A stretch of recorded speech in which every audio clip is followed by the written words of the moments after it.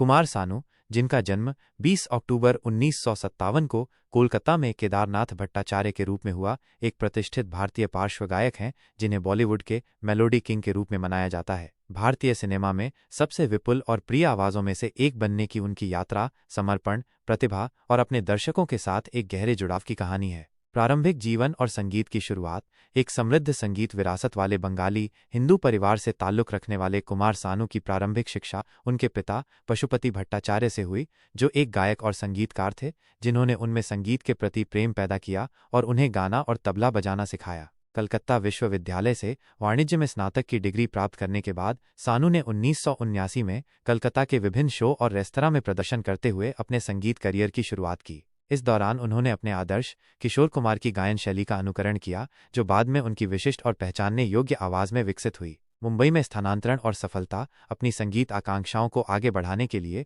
कुमार सानू 1986 में मुंबई चले गए। पार्श्व गायन में उनकी शुरुआत एक बांग्लादेशी फिल्म तीन कन्या से हुई। 1987 में प्रसिद्ध गज़ल गायक और संगीत निर्देशक जगजीत सिंह ने उनकी प्रतिभा को पहचाना और उन्हें हिंदी फिल्म आंधिया में गाने का अवसर प्रदान किया। इसके बाद कल्याणजी आनंद जी उनकी गायन क्षमताओं से प्रभावित होकर ने उन्हें फिल्म जादूगर 1989 में ब्रेक दिया, जहां उन्होंने अमिताभ बच्चन के लिए गाया। इसी दौरान कल्याण जी के सुझाव पर केदारनाथ भट्टाचार्य ने किशोर कुमार के प्रति अपनी प्रशंसा से प्रेरित होकर कुमार सानू नाम अपनाया। 1990 का स्वर्णिम युग वर्ष 1990 कुमार सानू के करियर में एक महत्वपूर्ण मोड़ साबित हुआ, जब रोमांटिक फिल्म आशिकी रिलीज हुई। नदीम श्रवण द्वारा रचित संगीत में लगभग सभी गाने सानू ने गाए थे और एल्बम की अभूतपूर्व सफलता ने उन्हें रातों रात स्टार बना दिया। आशिकी में उनके भावपूर्ण गायन ने दर्शकों के साथ गहराई से तालमेल बिठाया, जिससे वे बॉलीवुड में एक प्रमुख आवाज़ के रूप में स्थापित हो गए। उन्होंने इस फिल्म के गाने अब तेरे बिन जी लेंगे हम के लिए अपना पहला फिल्म फेयर सर्वश्रेष्ठ पुरुष पार्श्व गायक का पुरस्कार जीता।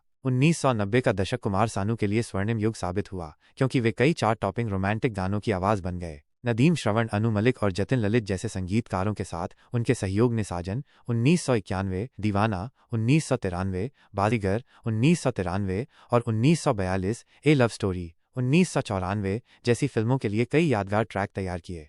वे कई प्रमुख अभिनेताओं की पसंदीदा आवाज़ बन गए और अपनी गायन के माध्यम से भावनाओं की एक विस्तृत श्रृंखला को व्यक्त करने की उनकी क्षमता ने उन्हें संगीत प्रेमियों के बीच पसंदीदा बना दिया। पुरस्कार और मान्यता। भारतीय संगीत में कुमार सानू के योगदान को व्यापक रूप से सराहा गया है। उनके पास 1991 से 1995 तक लगातार 5 फिल्म फेयर सर्वश्रेष्ठ पुरुष पार्श्व गायक पुरस्कार जीतने का अनूठा रिकॉर्ड है। 1993 में उन्होंने एक ही दिन में अधिकतम संख्या में गाने रिकॉर्ड करने के लिए Guinness book of world records में प्रवेश किया, एक आश्चर्यजनक 28 गाने। इन पुरस्कारों के अलावा भारत सरकार ने उन्हें संगीत के क्षेत्र में उनके महत्वपूर्ण योगदान के लिए 2009 में पद्मश्री, चौथा सर्वोच्च नागरिक पुरस्कार से सम्मानित किया। उन्हें मध्य प्रदेश सरकार द्वारा लता मंगेशकर पुरस्कार और पश्चिम बंगाल सरकार और अन्य संगठनों से कई लाइफ टाइम अचीवमेंट पुरस्कार सहित कई अन्य पुरस्कार भी मिले हैं। 2025 में उन्हें भारतीय संगीत और सामाजिक सेवाओं में उनके योगदान के लिए यूके हाउस ऑफ पार्लियामेंट में सम्मानित किया गया। पार्श्व गायन से परे मुख्य रूप से बॉलीवुड में अपने पार्श्व गायन के लिए जाने जाने वाले कुमार सानू ने संगीत उद्योग के अन्य पहलुओं का भी पता लगाया है।